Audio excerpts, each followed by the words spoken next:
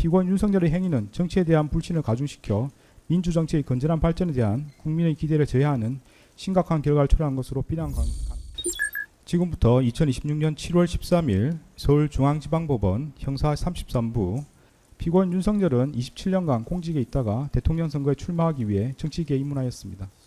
그리고 피고인 윤석열은 공식적으로 대통령 선거 출마 선언을 한 즈음부터 피고인 김건희와 공모하여 배우자인 김건희와 공모하여 피고인 명태균으로부터 여론조사 제공을 기부받았습니다. 피고인 윤석열은 피고인 명태균으로부터 그 이외에 정치권 인사 연결, 대선 전반에 관한 상담 및 조언에 대한 보답으로 사후에 피고인 명태균이 부탁하는 김영선의 공천과 관련해서 장제원을 통해 영향력을 행사하기도 하였습니다. 피고인 윤석열이 피고인 명태균으로부터 여론조사 비용 상당의 이익을 제공받게 된 경위나 그 기간, 그로 인한 발생한 효과, 이후 사정 등에 비추어 보면 피고인 윤석열의 행위는 정치에 대한 불신을 가중시켜 민주정치의 건전한 발전에 대한 국민의 기대를 저해하는 심각한 결과를 초래한 것으로 비난 가능성이 큽니다. 그럼에도 피고인 윤석열은 수사기관에서부터 이 법정에 이르기까지 텔레그램 메시지 또는 캐치콜 문자 메시지 내역 등 객관적인 증거에도 불구하고 명태균이 여론조사를 한 사람인지 몰랐다. 명태균과의 대화 내용을 기억나지 않으며 여론조사와 관련하여 논의하거나 이야기한 사실이 없다. 여론조사는 정시 시작할 때부터 안정적으로 당선권이기 때문에 크게 신경 쓰거나 걱정해 본 적이 없다고 주장하나 이는 여러 객관적인 증거가 배치된 내용이고 이 법원과 특별검사의 신문에 대해서 증거가 있나요? 증거가 있으면 그걸 증거로 내세요라고 되묻고 그에 따라 진술할 내용을 결정하는 등 납득하기 어려운 태도로 일관하고 있습니다.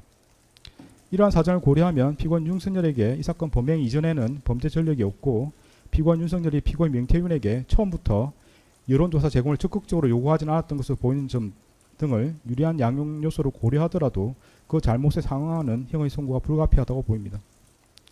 한편 정치자금 부정수수죄로 인하여 100만 원 이상의 벌금형이 확정될 경우 일정 기간 공직 취임이 제한되는 등 정치자금법 제57조에 형벌로 인한 부수효과가 규정되어 있으나 이러한 규정이 정치자금 부정수수죄의 양형의 실질적인 감경 사유가 될 수는 없으므로 형을 정함에 있어 이를 제한적으로만 고려합니다.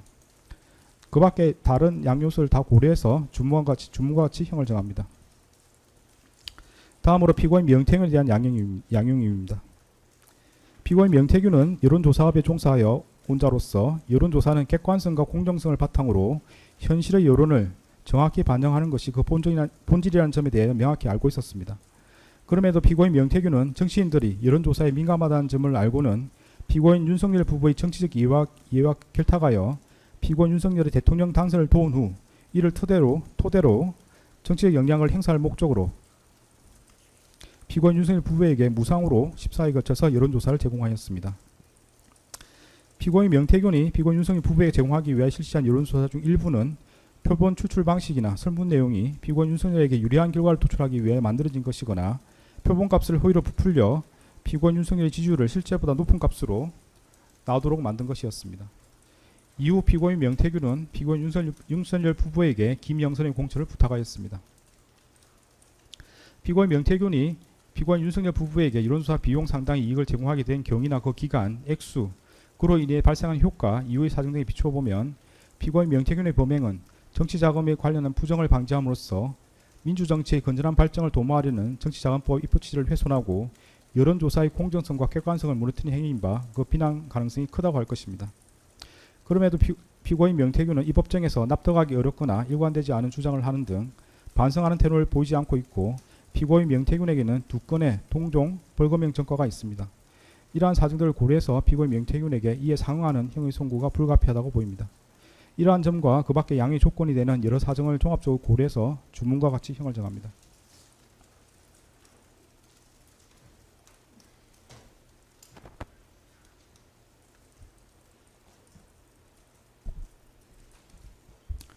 네, 선고하겠습니다. 피고인별로 선고합니다.